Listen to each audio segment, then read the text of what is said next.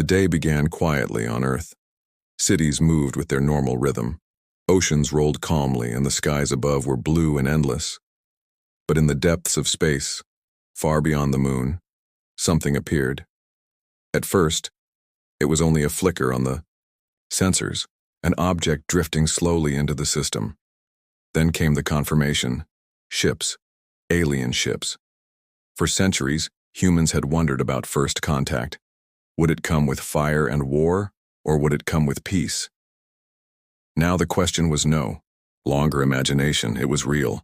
The unknown vessels entered the solar system, their hulls gleaming silver under the light of the sun. They moved slowly, carefully, as if trying not to startle. Their communications opened on every channel, broadcasting a single message. "We come in peace," the words echoed across Earth. News networks repeated them. Politicians spoke about a new age. Some celebrated, some feared, but none could ignore the truth. Humanity was no longer alone. The alien ships were beautiful. They looked like long white wings, smooth and graceful, as if they had been grown rather than built. Blue lights pulsed along their sides like veins carrying energy. Their message repeated endlessly, calm and soft, like a song meant to soothe. "We come in peace. We bring friendship." But behind the calm, unease grew. The first to feel it were the military observers. In orbit, satellites tracked every movement of the alien fleet. Their ships were too large, too heavily armed for simple diplomacy. Their hulls carried weapons hidden beneath elegant plating. Their engines were powerful enough for war. And though they spoke of peace, they entered the system, in formation like soldiers, not travelers. On Earth, leaders gathered. Inside secret chambers, the debate raged. Some argued to trust, to welcome them, to open arms to new friends among the stars. Others whispered caution. They remembered history, how humans themselves had often hidden daggers behind smiles. Could these aliens be any different? In the streets, people celebrated. Fireworks lit the skies. Songs of unity played on every screen.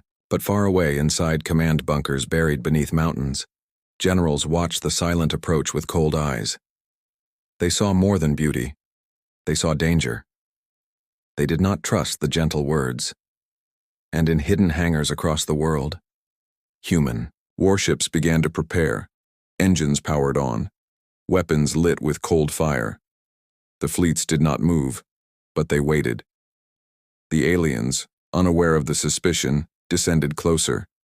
They chose a simple orbit around Earth and sent smaller craft to hover above the atmosphere. They spoke again, this time in a voice shaped to match human language. "We come to share knowledge. We come to share peace." Their envoys requested a meeting on the ground, and so it happened. The first alien envoy stepped onto Earth in a city prepared for history. Crowds gathered behind barriers. Flags waved, cameras recorded every detail. The alien form was tall, elegant, with skin like polished stone, and eyes that glowed faintly. Their clothing shimmered silver, flowing with strange patterns.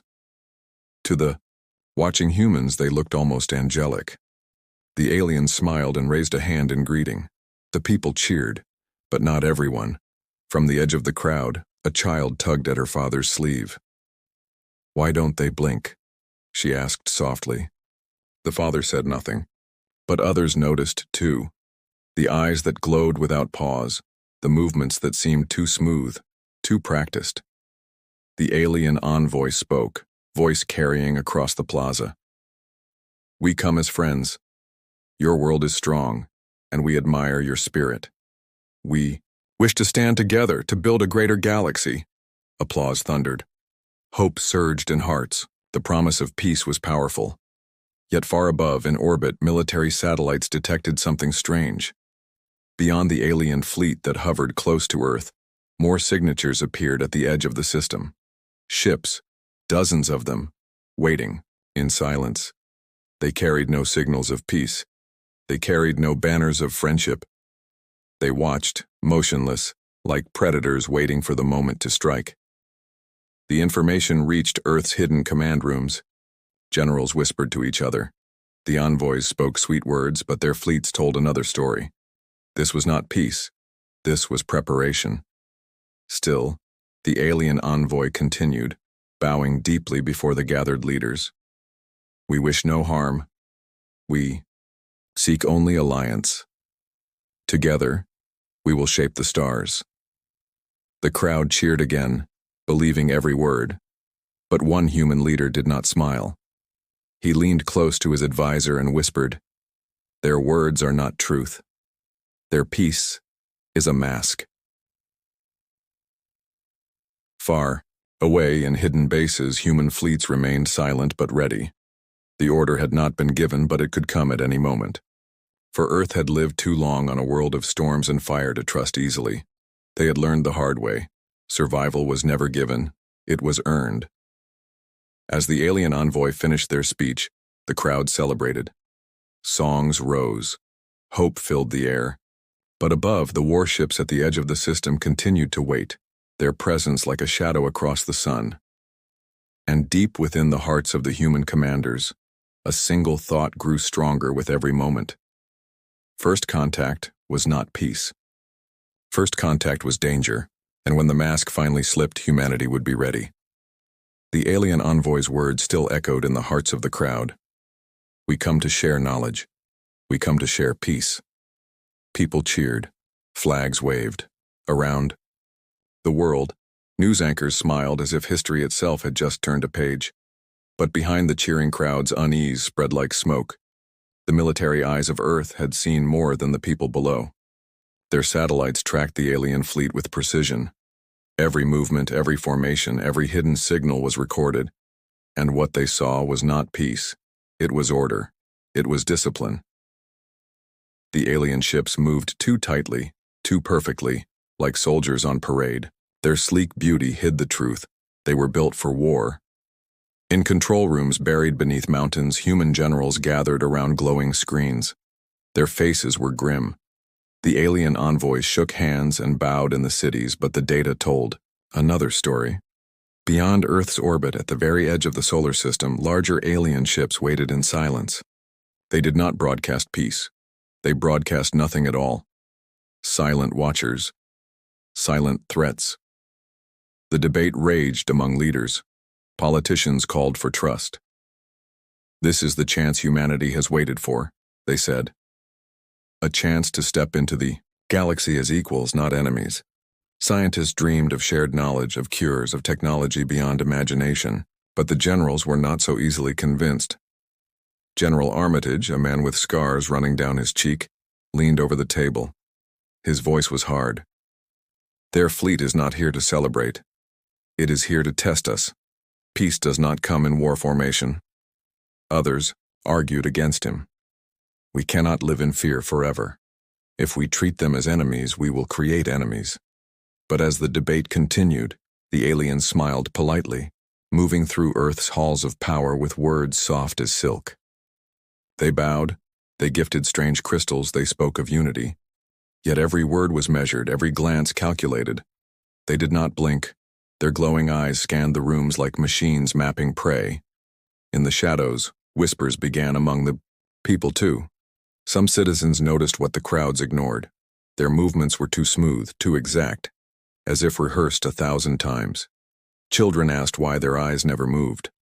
Farmers asked why their smiles never changed.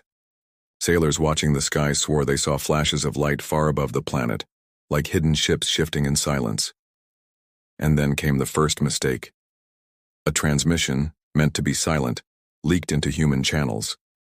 It was short, almost meaningless, but the words were clear. The humans will submit as others did. The leak spread quickly through hidden networks. Few civilians ever heard it, but the military did. And with those words, all doubt was gone. The alien peace was not peace at all. It was preparation. Still, the politicians begged for calm. We cannot risk war. If we strike without proof, we will doom ourselves. The generals clenched their fists in silence, knowing the truth but held back by the fear of starting what was already coming. In the streets, the people celebrated longer. Fireworks filled the night sky. Children painted alien symbols on walls. Merchants sold toys shaped like the sleek silver ships. Hope was a drug, and the crowd drank it deeply. But above their heads, in orbit, human fleets stirred quietly. Carriers powered their engines, silent but ready.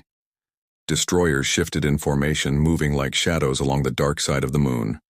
Fighters sat in their bays, pilots strapped in, waiting for a word. The order had not been given, but humanity was preparing. On the alien side, their leaders continued to play their role. They met with human officials, shaking hands, offering gifts, making promises. But when the doors closed and their translators powered down, their voices changed. "They are cautious," one alien whispered to another, "but they are weak. Soon, they will bend." The humans who watched through secret surveillance did not smile. They saved every word, every image, every detail. The truth was clear now. First contact was no gift. It was a trap. And in that uneasy silence, both sides waited. The aliens waited for humanity to trust them fully, to lower their guard. The humans waited for proof strong enough to strike. The tension grew heavy, thick, unbearable. Above the planet, fleets stared at each other through the black void, one smiling, one silent. And deep inside Earth's command centers, a single phrase passed through every channel, every bunker, every hidden hangar. "Be ready. The mask will fall." The celebration had lasted for days. Cities across Earth still glowed with banners of peace, and broadcasts repeated the same hopeful words. "Humanity has joined the galaxy." The alien envoys smiled in every interview, their silver robes shining beneath human lights. They shook hands, bowed politely, and promised a future filled with friendship. But behind their glowing eyes, something darker waited. The first hints came quietly. Cargo drones arriving from orbit carried gifts of alien technology. They were sleek, shining boxes, humming with strange energy. The crowds cheered when they saw them, dreaming of medicine and knowledge. But when human engineers examined the crates, they discovered hidden transmitters, silent beacons, markers for invasion. At the same time, satellites at the edge of the solar system caught movement. The ships that had waited in silence beyond Pluto were now advancing. Dozens became hundreds. Their drives lit the darkness, a vast fleet sliding forward like predators through the void. Earth's generals stared at the reports, their faces cold. The truth could no longer be denied. First contact was never meant to be peace. It was a lie, a performance meant to make humanity lower its guard. The alien envoy stood once more before human leaders, smiling as always. But this time, the questions were sharper. "Why do your fleets move closer to our system?" one human demanded. The alien's smile did not break. "They come only as protection, for peace must be guarded," the envoy said smoothly. But the human leaders had already seen the proof, and the generals had already prepared their answer. In hidden bases across Earth, fleets that had waited in silence powered on fully. The black hulls of destroyers gleamed as they rose from their cradles. Carriers unlocked their bays, releasing swarms of fighters into orbit. Cruisers shifted into lines, their weapons glowing faintly as if hungry for battle. Humanity had not been idle. Humanity had been watching, and now the Deathworlders were ready. The alien envoy finally dropped the mask. Their voice, once calm and warm, grew cold as iron. "Your species will submit. The galaxy is already ours. Join us, or be broken." The words rang through the chamber, chilling every human who heard them. The smile disappeared. The glowing eyes hardened. The truth was spoken at last. The silence that followed was heavy. Then one human commander stood, face like stone. His voice was calm, steady, unshaken. "We will not submit, and you will not break us." Above Earth, the sky changed. From the far side of the moon, human warships emerged in perfect formation. Black destroyers bristling with weapons filled the void. Carriers launched wings of fighters that streaked across the heavens like angry comets. Massive cruisers aligned, their cannons humming with power. For the first time, the aliens saw what humanity had hidden. The alien fleet still moving toward Earth faltered. Their commanders had expected fear, surrender, weakness. Instead, they saw an armada rising from the shadows.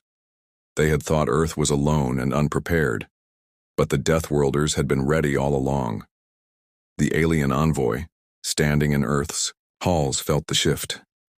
Their glowing eyes flickered as transmissions rushed through hidden channels. Orders were sent. The waiting fleets accelerated.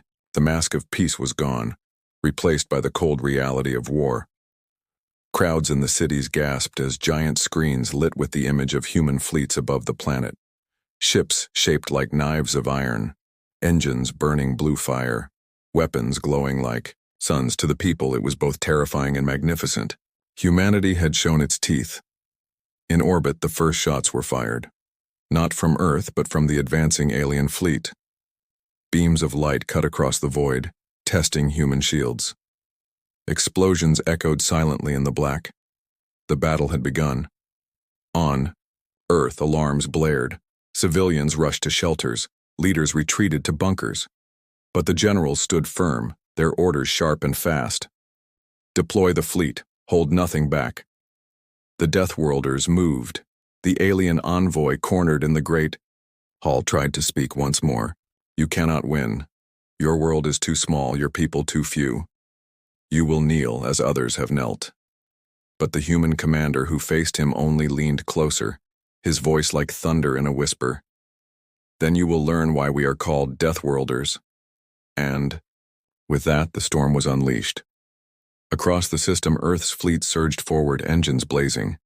Missiles streaked like fire across the dark. Cannons thundered, their beams tearing through shields. Fighters darted between giants, their movements sharp and ruthless. The alien fleets, so confident, now realized the truth too late. First contact had not brought weakness. It had awakened humanity's warships. The mask of peace was gone forever, and in its place, the galaxy would learn fear. The moment the mask of peace fell, the galaxy seemed to hold its breath. The alien envoy's words still lingered in the air. You will submit as others have submitted. It was no longer a negotiation, it was a declaration of conquest. Above Earth, the first alien fleet opened fire. Blinding beams cut across the void, striking at human defenses. Satellites shattered. Old orbital platforms crumbled. The aliens expected fear, panic, and retreat. Instead, they saw fury. From the far side of the moon, humanity's fleet surged into view. Carriers the size of floating cities lit their engines, glowing blue fire across the black sky. Destroyers cut through the darkness, sleek and sharp as blades. Cruisers formed in deadly lines, their weapons burning with power. And behind them, the flagships, colossal warships with names etched in iron. Iron Spear, Wrath of Terra, Valiant, Silent Thunder. The alien commanders froze. For generations, they had mocked the whispers of Deathworlders. Now, staring at this armada, they understood the truth. The stories had not been myths. Humanity was real, and their fleets were terrifying. The first strike came from the Wrath of Terra. Its cannons glowed, then fired beams of pure white fire. One alien battleship, proud and massive, was split down the middle in a single blast. The wreck spun into the void, torn apart like paper. Silence filled the alien channels. Then came the second shot. Then the third. Ships vanished one by one, explosions lighting the black like burning suns. Fighters poured from the human carriers, swarming like angry hornets. Sleek, fast, relentless, they darted through enemy formations, cutting engines, shredding shields, tearing ships apart with ruthless precision. Alien defenses fired wildly, but the human pilots were too fast, too sharp. Every pass left another wreck drifting. Then came the boarding pods. Dozens of them shot from human destroyers, blazing toward enemy hulls. They slammed into ships with terrifying speed, drills tearing open metal. And from the pods, Deathworlders poured inside. Armored soldiers with cold eyes and steady hands stormed the corridors. Rifles spat fire. Blades cut through armor. The invader crews screamed, but no scream lasted long. Inside their own ships, they were hunted like prey. On Earth, Civilians watched the skies in horror and awe. Giant screens showed the battle live, warships clashing above their world. For a moment, fear gripped them. But then they saw the truth. It was not Earth's ships falling. It was the invaders. Humanity was not losing. Humanity was winning. On the ground, the alien envoy's face twisted with fury. The mask of calm was gone. "This is impossible," they shouted, glowing eyes flashing. But the human commander standing across from them did not flinch. He leaned forward, voice cold as stone. "You wanted to see our weakness. Instead, you will see our strength." And strength it was. In orbit, the alien fleet tried to regroup. Commanders barked orders, pushing their ships into defensive formations, but the Deathworlders pressed harder. Missiles streaked through the dark, hundreds at a time, guided with merciless precision.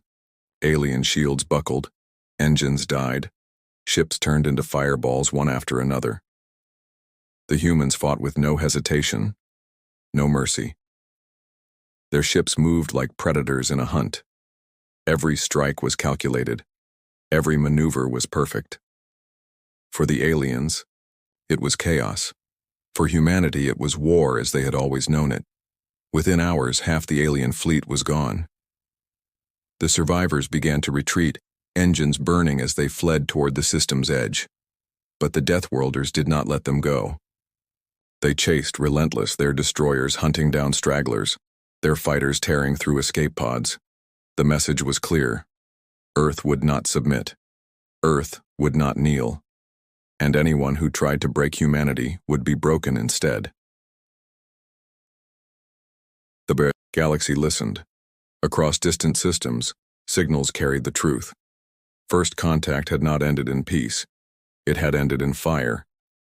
Humanity had revealed its war fleet, and it was unlike anything the galaxy had expected. On Earth, the people looked up at the night sky.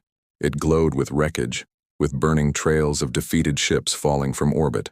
They cheered. They wept. They finally understood. The Deathworlders were not just protectors. They were storms. And storms never came gently. The alien envoy, now trapped and trembling, whispered the last words they ever spoke on Earth. "You are monsters." The human commander's reply was colder still. "No, we are survivors. And survivors always fight." And so the sky of Earth burned with victory. Humanity's war fleet had been unleashed, and the galaxy would never forget it.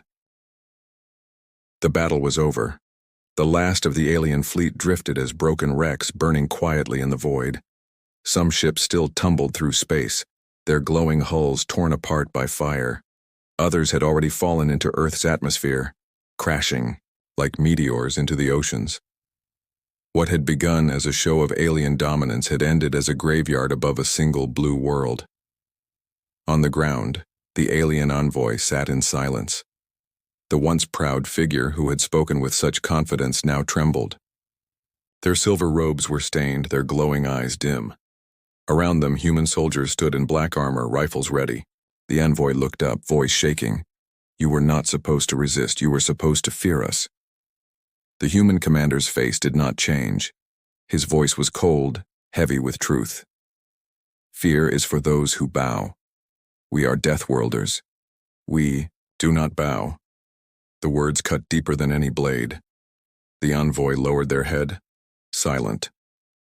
Above Earth, humanity's war fleet reformed into tight lines. Carriers recalled their fighters. Destroyers held their positions like wolves circling a kill. The galaxy was listening. Across distant systems, transmissions spread the truth. First contact had not ended in friendship. It had ended in fire. Empires trembled. In gilded halls, rulers who once mocked humanity now whispered in fear. They remembered the old warnings, the legends spoken by wandering traders and broken refugees. Never awaken the Deathworlders. Never test their patience, for when they rise in storms. On smaller worlds, the story spread differently. Among the weak, among the forgotten, there was hope. A desperate truth had been revealed. Humanity had not ignored a threat. Humanity had not surrendered. They had fought, and they had won. If Deathworlders could defy a galactic empire, perhaps the weak were not as helpless as they believed. But the lesson was not hope alone. It was fear. In alien war councils across the stars, commanders replayed the footage. They watched human fleets tearing through superior numbers. They saw boarding pods slamming into ships, releasing warriors who fought with terrifying fury. They heard the screams of soldiers cut down by humans who did not hesitate, who did not stop. And they understood. This was not just another species. This was something else entirely. The aliens who had fled the battlefield carried the story too. Survivors told their leaders of black warships that moved like predators, of soldiers with cold eyes who did not break, of cannons that split battleships in two. They spoke of humanity not as equals, not as rivals, but as monsters wearing the skin of men and women. The name Deathworlders spread like wildfire. Not a curse, not a legend, a warning. On Earth, the people stood together, staring at the night sky. It was still filled with drifting wreckage, burning trails that glowed faintly as they fell. Children pointed upward in awe. Families cheered the fleet above. For the first time, all of humanity understood its place. They were not prey. They were not victims. They were a force that the galaxy would remember. In the aftermath, the alien envoy was taken away. Their fleets were gone, their empire wounded, their plans shattered. But humanity did not celebrate loudly. They did not declare themselves conquerors. They simply rebuilt, quietly, patiently. Their fleets remained in orbit, engines still burning, weapons still ready. The galaxy now knew that Earth would not be an easy prize. And then came the message. It was broadcast across every frequency, to every corner of the stars. A single voice, calm and steady, the voice of Earth's High Commander. This is humanity. We do not seek war, but we do not run from it. We do not kneel. We do not forget. If you come to us in peace, you will find peace. But if you come to us in lies and conquest, then you will find only fire. This is your warning. Remember it well. The galaxy listened. Some scoffed, some trembled. All remembered. First contact had turned to fear. And the lesson was carved into the stars themselves. Never mistake humanity's silence for weakness. Never believe the Deathworlders will bow. For when they answer with war. And when they rise, the galaxy burns.